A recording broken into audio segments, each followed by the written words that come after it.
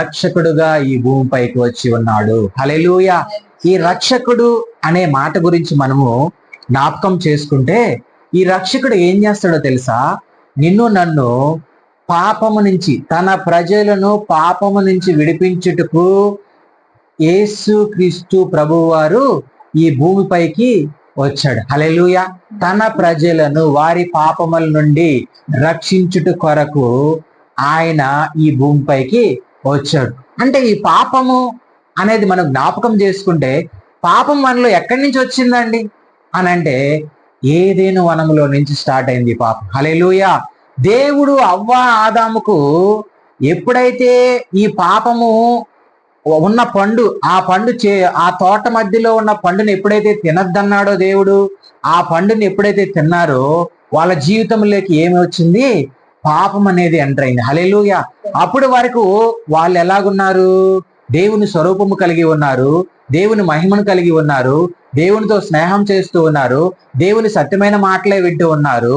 ఎప్పుడైతే సాతాను మాట విన్నాడు, దేవుడు ఒక మాట వాళ్ళకి చెప్పాడు. ఏమనంటే, మీరు ఈ తోటలో ఉన్న పండ్లన్నిటినీ తినండి, తోట మధ్యలో ఉన్న పండు మాత్రము తినద్దని చెప్పారు. అయితే దేవుడు చెప్పిన మాటను వినకుండా సాతాను చెప్పిన మాటని అవ్వమ్మ విని, అవ్వమ్మ తిని ఆదాము కూడా తినిపించడం వల్ల వాళ్ళలోనికి ఏం ప్రవేశించిందంటే ఈ లోకంలో ఉన్న పాపము, సాతాను పాపము వాళ్ళకి ఎంటర్ అయింది.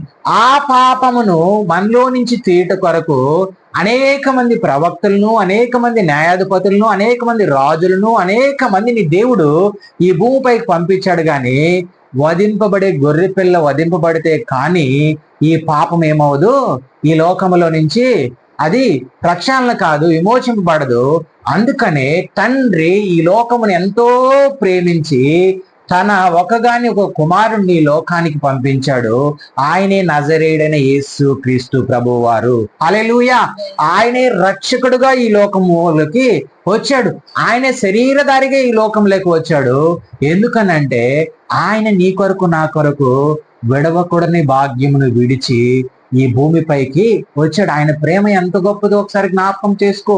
మనము కొన్ని విషయాలు మనం విడవాలంటే చాలా బాధ, కానీ దేవుడు ఉన్నతమైన స్థితిని వదిలి శరీరధారిగా ఈ లోకమునకు మన కొరకు ఆయన వచ్చాడు. ఎందుకు వచ్చాడో తెలుసా? పాపము నుంచి నిన్ను నన్ను రక్షించుట కొరకు, పాపము నుంచి నిన్ను నన్ను తప్పించుట కొరకు, ఉగ్రత నుంచి నిన్ను నన్ను రక్షించుట కొరకు ఆయన ఈ లోకంలోనికి, ఈ భూమిపైకి ఆయన వచ్చాడు. హల్లెలూయా. మనం జ్ఞాపకం చేసుకుంటే చూడండి, ఇంకా ఒక మాట 45, ఇక్కడ యెషయా గ్రంథం 45:21 ఒకసారి చదువుకుందాం. లాస్ట్ లైన్ కాదమ్మా. నేను నీతిపరుడగు దేవుడును, రక్షించువాడును నేనే, నేను తప్ప మరి ఏ దేవుడును లేడు. హల్లెలూయా. ఇక్కడ చూడండి, రక్షించువాడును నేనే, ఆయన తప్ప ఎవ్వరూ రక్షించలేరు. హల్లెలూయా. చూడండి, ఇజ్రాయెల్ ప్రజలను రక్షించిన దేవుడు ఈ రోజు నిన్ను నన్ను రక్షించుట కొరకు, ఈ లోకంలో ఉన్న చీకటిని తీసివేయట కొరకు, ఈ లోకంలో ఉన్న పాపమును తీసివేయట కొరకు యేసు క్రీస్తు ప్రభువారు తన కుమారుడుగా ఈ లోకంలోనికి వచ్చారు. హల్లెలూయా. తండ్రి తన కుమారుడిని ఈ లోకంలోనికి పంపించారు. ఇక్కడ మనం జ్ఞాపకం చేసుకుంటే చూడండి ఒకసారి, యెషయా గ్రంథము 57:15 ఒకసారి చదువుకుందాం. యెషయా గ్రంథము 57:15. మహాగణుడును మహోన్నతుడును పరిశుద్ధుడును నిత్య నివాసినైన వాడు ఇలాగ సెలవిచ్చుచున్నాడు, నేను మహోన్నతమైన పరిశుద్ధ స్థలముల్లో నివసించువాడను, ఆయనను వినయము కలిగిన వారి ప్రాణమును ఉజ్జీవింప చేయుటకు, నలిగిన వారి ప్రాణమును ఉజ్జీవింప చేయుటకు, వినయము గలవారి యొద్దను హల్లెలూయా.